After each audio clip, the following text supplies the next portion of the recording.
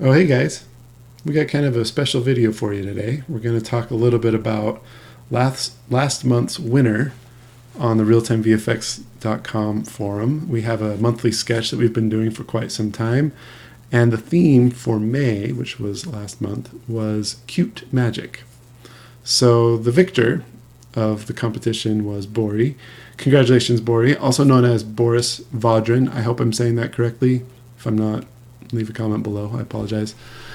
Okay, so the theme was cute magic, and Boris went with the take on Magical Girl, which I think is a super smart way to go, right? It's looking really, really nice. So let's dive into what he did really well, and then I'll have a few critiques on how you could maybe improve this effect. All right, so first and foremost, I think your colors are fantastic. Like the way that the materials all are working together, and you've got this nice shimmery effect. In fact, I would say when you're breaking down your material down here, I think first off, thank you so much for doing the breakdowns that you did. That's so helpful for the rest of us to kind of study what you're going for and everything. Let's see if this will work. Yeah, it's kind of like high resolution-ish, but sorry, that's like terrible for the screen capture. It's like bigger than the screen. But I think a more particular breakdown kind of explaining how these nodes are working together would be amazing, because I, for one, would be super curious to see how you're getting a nice shimmer to work on all of this. So nice work on getting, the rainbow colors and the transitions. There's one part especially where, if I can play this, I really love when this sort of flies up. So you have like this chromatic aberration where it shifts to this like camera effect thing. If that's a post-process effect or if that's in your material, I would just be super curious to know what you're doing there, because it looks beautiful and you should be very proud of that. I love how it's like catching the light as it shimmers, which of course maybe it's not actually catching the light, but you're like, sliding and shifting colors across it as it rotates, and that feeling of like that glimmer. It just feels super nice. So you should be really proud of your materials work. It's very clear that you know your way around the Unity material editor as you're doing this effect. So well done there. I think you've got just the nice timing. The timing throughout this is amazing as well. The way that the light punches, it gets really bright, and then it like goes out and it leaves this nice like after level of brightness with like the star that's around it. But to usher that in, you sort of have this like pop, it comes in just 2 frames, boom, and then as it fades away and the bloom fades away, it takes a few more frames, but it also leaves something residual behind it, which is the mark of nice timing, where it comes in hard, and then as it goes out, it leaves you with something for your eye to sort of grasp onto. And so your understanding of timing is really strong there. And you can see it, of course, playing full-time up here to kind of see what I'm getting at. Yeah, again, when the star hits, that's another great moment. I love what you did with your breakdown. You're showing us all the different meshes that you made. I think it's always really fun to see how different artists work. You've clearly got some modeling talent. You even show, you've got like a cloth sim going on with this, which like kudos to you. You went out, you gained that knowledge, and you're integrating it into your effects work. I just think that's really, really rad. The timing here, this was really wise, I think, like getting your beats down here in Maya and like working that out with the different meshes, just sliding in. Very simple rigs, right? You don't need anything too sophisticated for that squash and stretch, spin, translation, and scale. And you've nailed the timing when it's just in simple grayscale, long before you've added your color or your values or any particles around it. And that's just a smart move on your part to sort of block it out that way. Okay, again, I'm just geeking out about all this breakdowns. I love what you've done here, and the beauty of it shows in your final work. Okay, so that kind of explains, let's go back up to the top here. I want to get back to the video. That kind of explains what I love about it. Now there's some area for improvement. I think even the best effects out there always have something, right, that they could be better at. And this is going to be that final, think of it as like the final, 25 to 10%, whatever you want to say, to get it polished and just really click in to a nice space. Okay, so first off, I feel like some of these elements are a bit disconnected from each other, meaning I'm not sure where they came from. I'm not sure what they are and what they're connected to. You've got this like glitter on the ground. It looks like glitter. Maybe it's stars. I don't really know. It could be either. I think either one could be really cool. Maybe it's like, we're looking into another dimension, and that's where all this magic is like coming from somehow.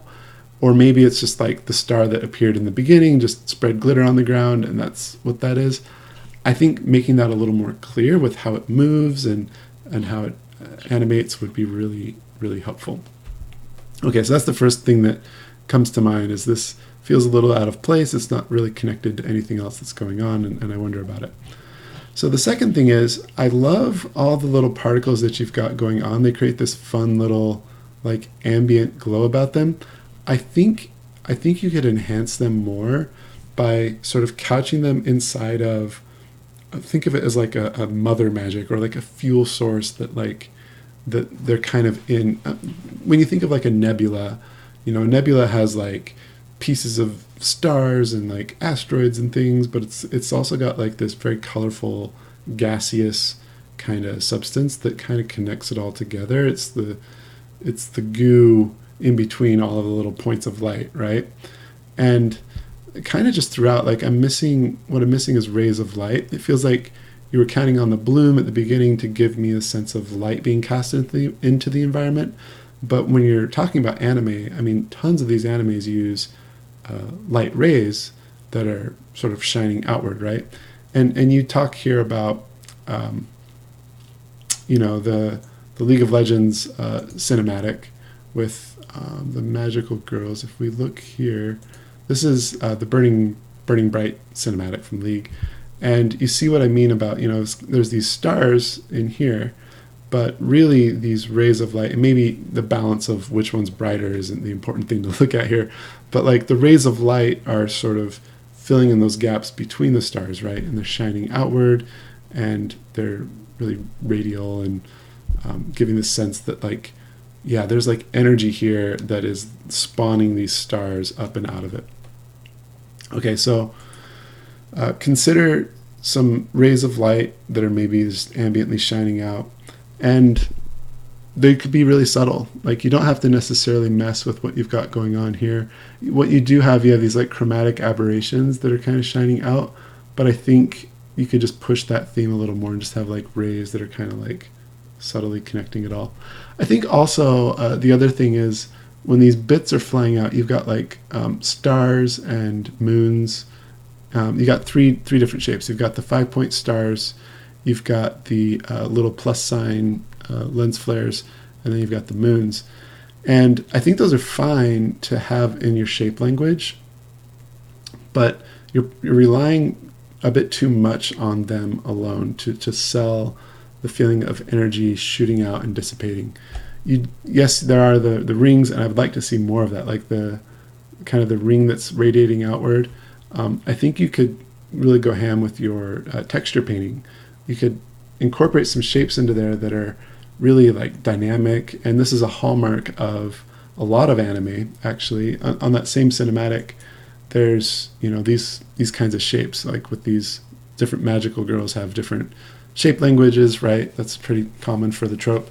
And so you've got like the swoop and spike up here, you've got like the wispy wind thing going on here, and you've got like more of a jaggedy impact here, and I don't know, this is more just kind of generic pink energy, but you get the idea with like these like curvy, shapy, pointy sorts of shapes that are like, these ones are like going inward, but you could imagine the same kinds of shapes like bursting outward, and just incorporating a few of those in to sell this sort of outward burst, and then having them dissolve in sort of a fun way would sell the anime vibe that I think you're already beginning to trend towards, but that would just, I think, add one more element to it. And maybe you still have some of those particles coming out. Maybe you don't. I honestly feel like it'd be stronger to have something more directional, like radiating outward, versus what you've got now, which is like cards that are obviously particles just sort of sliding outward. I think those are better as sort of the ambient theming in the background, or maybe they like pop in and out in place, like sort of symbols appearing, showing the theming of it. And on that note too, maybe just stick with one theme. You've got star, moon, and other star, where it's starting to feel a little bit conflating about what is the personality of this. Is it the star themed? Is it moon themed? Is it and that kind of thing. So just kind of like find a home for each one.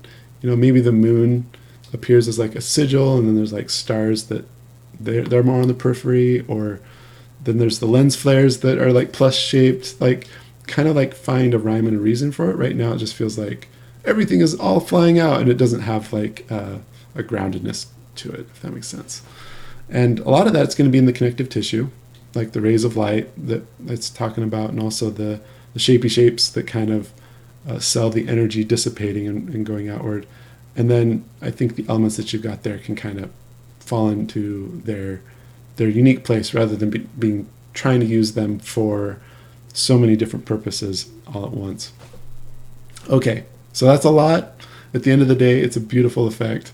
It's got a lot of merit to it. Your color, your timing is just super on point. Your mesh work is really impressive. I love those breakdowns of the materials as well as the meshes. And I would just say, go to town on your shape making and your texture skills. And I mean, you'll have the whole package. It'll just be gorgeous. So good work, and all the best of luck on your next adventure. Have a good one.